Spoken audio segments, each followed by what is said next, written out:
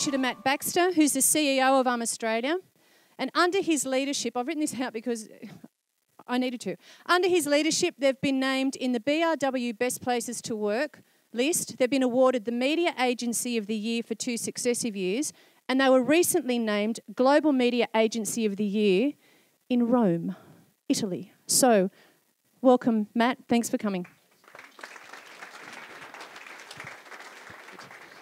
Okay, so look, this morning I'm going to take you through a little bit of an insight into the way that has built its innovation framework, and hopefully you guys can take away a little bit from some of the principles that we've created. So these are our internal principles and the things that guide the organisation to deliver innovation for us and our clients.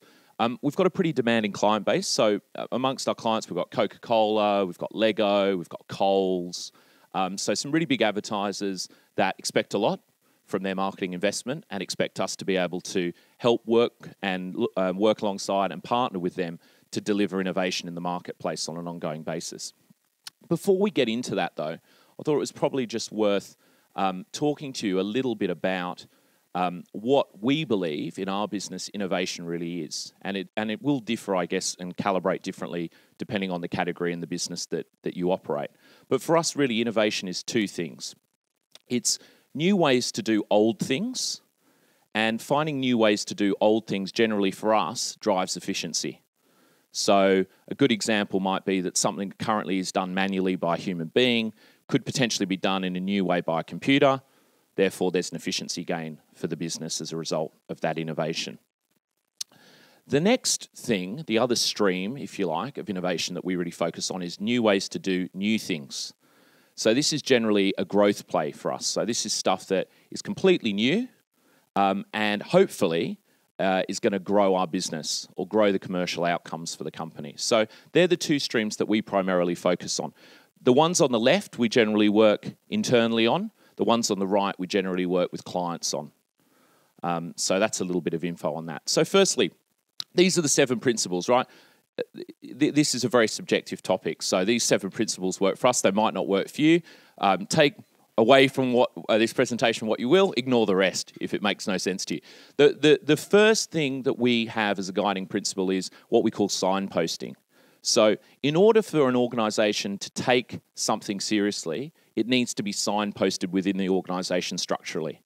So most companies have an HR department, a finance department, an IT department. If you want to have your organisation rally around a craft, you have to signpost it in the business. You have to call it out. So we have an innovation function within the business, and there is a chief innovation officer who is in charge of that function. That chief innovation officer sits on the board of the company alongside the CEO, alongside me, alongside the CIO, so that there is representation at the most senior level of the organisation. So signposting is a really important thing. Of course, when you signpost, what you want to be careful of is that you don't then suddenly make innovation something that only one person or a group of people is responsible for. So democratisation is also hugely important. Everybody in the organisation is responsible for innovation. Every single person at has in their job description as one of their KPIs, innovation.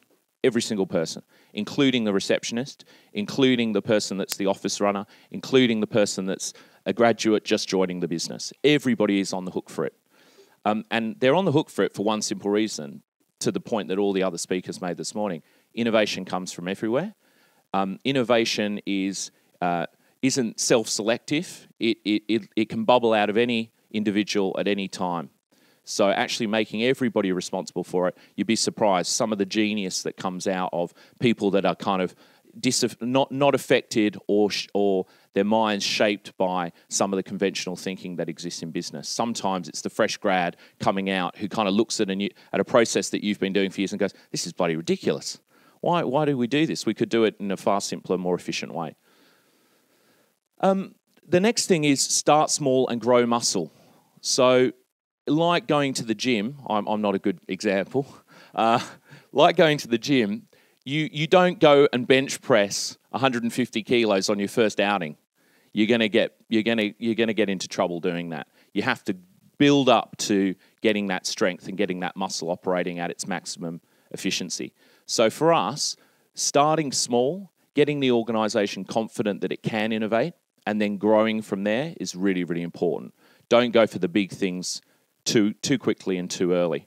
It's like anything. If you try something and you fail, it gets harder and harder to bring the organisation along on the journey with you. So we were really careful 3 years ago when we launched our innovations practice to make sure that we got really early wins really fast, and people can see that change, and that change then drags them along and gets them excited about the future potential.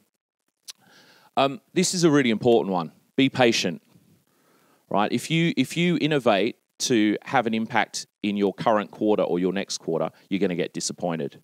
Most of the time, and it's not strictly all of the time, but most of the time, innovation takes time to happen.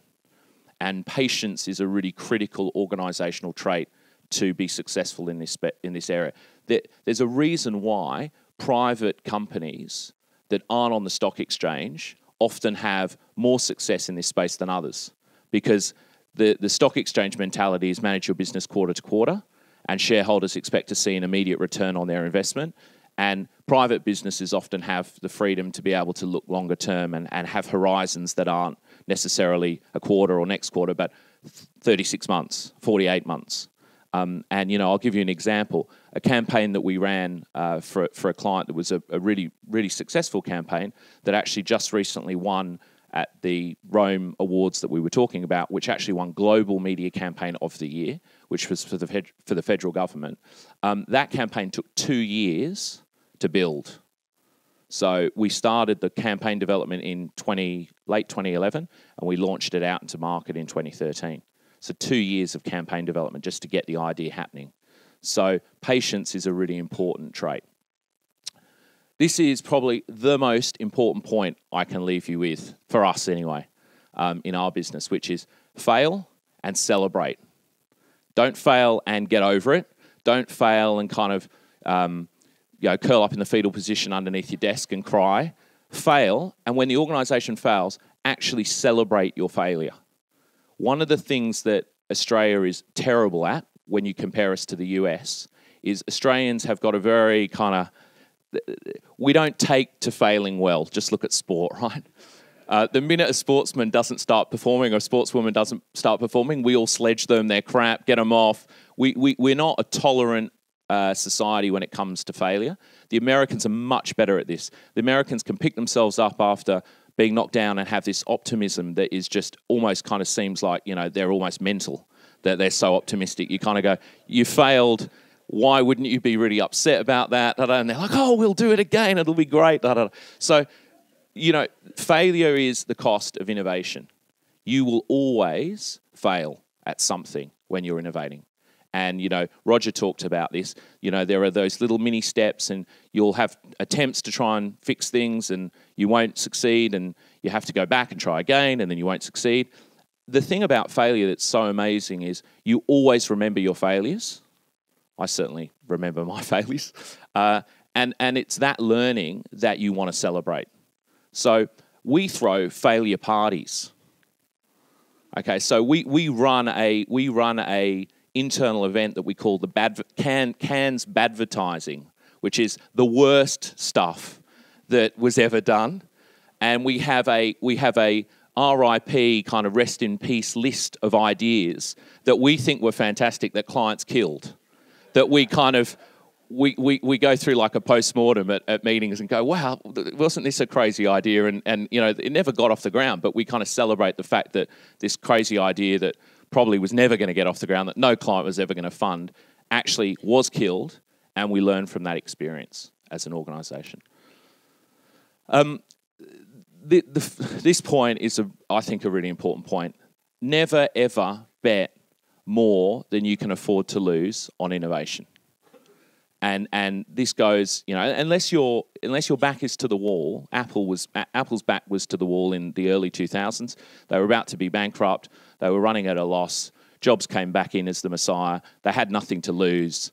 They could bet the house on the iPod, because if they didn't bet the house on the iPod or the iMac or whatever, then the business just wouldn't have existed. So in that situation, sometimes you do want to make a big bet. But most of the time, for established businesses, you don't ever want to bet more than you can afford to write off the books. So I've seen some clients, throw ridiculous sums of money at things. And then when they haven't worked, they've said, oh, my God, this is a disaster. Business is in all sorts of drama because of it, and we're going to have to cut here and there, and we weren't expecting it. You shouldn't run your innovations pipeline in a way that could detrimentally impact the rest of your business if it doesn't succeed. Because to the point earlier, failure is a cost of entry. And a lot of people talked about this final point. This is the final point of the 7 principles, which is you must lead from the front. If you are the leader of your organization, you are the chief innovation officer. You are the person that is on the hook to model the behavior and to back the bets that the organization is making. There is no coincidence that the best innovation companies in the world have charismatic leaders that are their chief innovation officers. Apple had it with Jobs. Google has it with Larry and Sergey.